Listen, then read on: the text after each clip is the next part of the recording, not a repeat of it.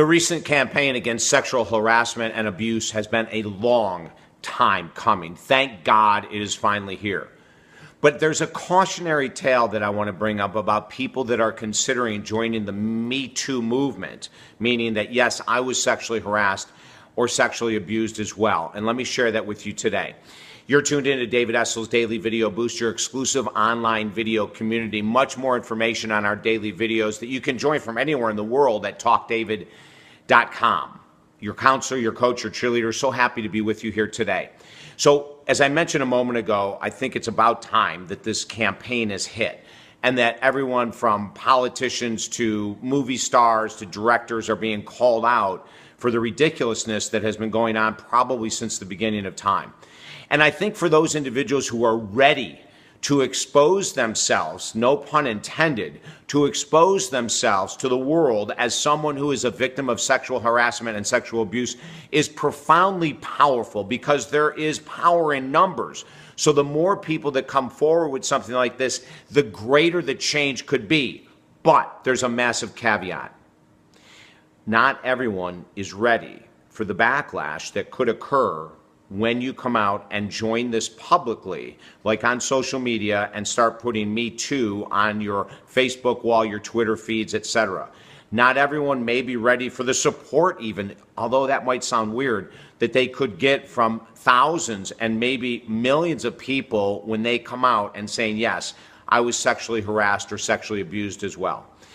Over the past 28 years as a counselor and a life coach, I've worked with individuals who have been brutally raped and left for dead. I've helped them come back from that. I've helped them then to be able to express and work on their own forgiveness and their healing.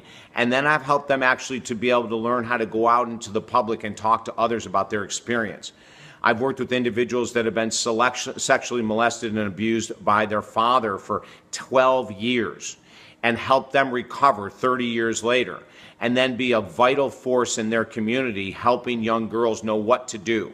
I've interviewed individuals like Olympic gold medalist in judo, Kayla Harrison, who on my multiple radio interviews with her shared the story to the world about how she was sexually abused by her judo coach from 12 to 16. And she finally had the strength to come forward and to share her story. When she came forward, the coach was put in jail. Now she talks about it not in an emotional sense, but just factual.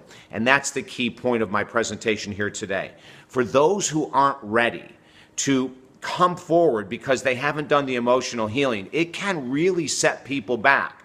If you say Me Too on any social media and someone happens to say to you, oh my God, I'm so sorry, what happened, who was it, and you put a family member, just understand, you don't even have to put their name. Every family member is going to wonder who it is, and you might start getting some pretty negative pushback from your own family. What about a former employer?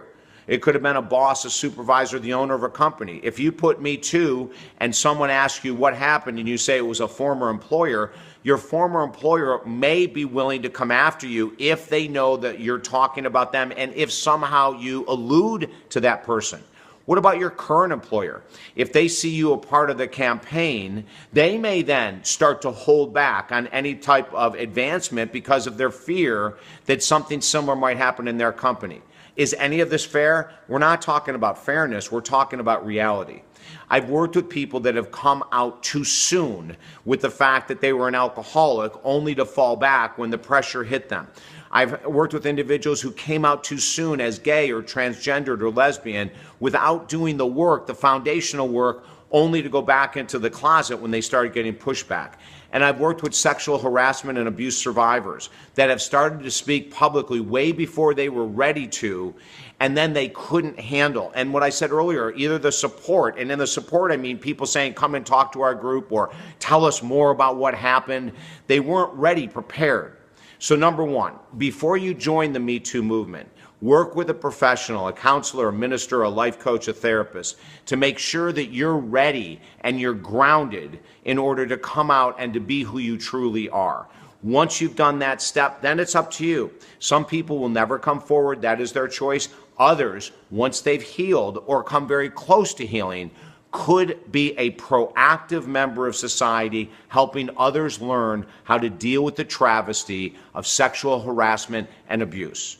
If you need help on this topic, or you have friends that you know that need help, or family members, have them contact me directly at talkdavid.com, or another counselor, therapist, coach, or minister to help you move into a place of healing.